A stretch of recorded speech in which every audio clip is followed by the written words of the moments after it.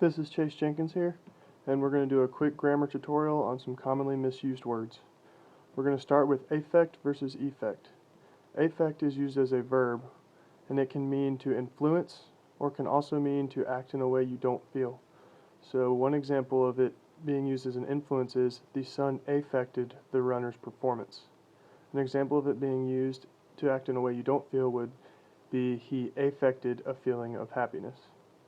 Now, effect with an E is used as a noun, which means a result. So the first example would be, the sun had no effect on the runner's performance. You can see how this is different from the above example, the sun affected the runner's performance.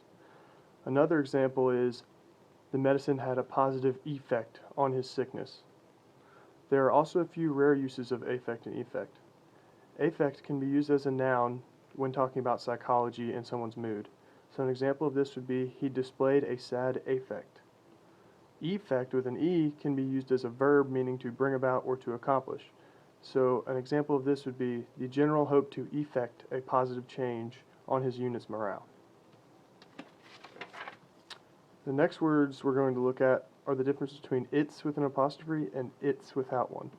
It's with an apostrophe is a contraction of it is or it has. So an example of this would be, it's time to leave, which written all the way out would be, it is time to leave. Another example is, are you sure it's safe? So written out that would be, are you sure it is safe?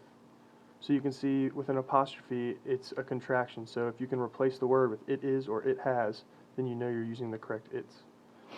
The it's without an apostrophe is the possessive form of it. For example, the dog lost its bone, or the car has its own computer. These are examples of ownership, which is a key thing to recognize when using possessive form. The next one would be the difference between your and your with or without an apostrophe. Your with an apostrophe RE, is a possessive pronoun. Your without the apostrophe is a possessive pronoun. For an example, that is your hat. Don't forget your keys. So like the above example, it shows ownership, so you know you're using the possessive pronoun correctly. Your with an apostrophe RE is a contraction of you are. So you're going to school, or you're missing the show.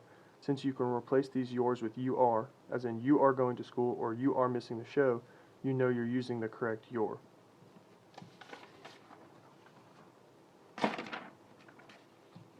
Lastly, I want to talk about the difference between there, and there. The first there, which is THERE, no apostrophe. This is an adverb specifying a certain place, or it can be used as an expletive. So the first example is specifying a place. The cat is sleeping over there, so it's a location. And then an example of it as an expletive would be, there is 10 minutes left. The next there is THEIR, which is a possessive pronoun, much like we've seen in some of the above examples. So for example, the family moved into their new house.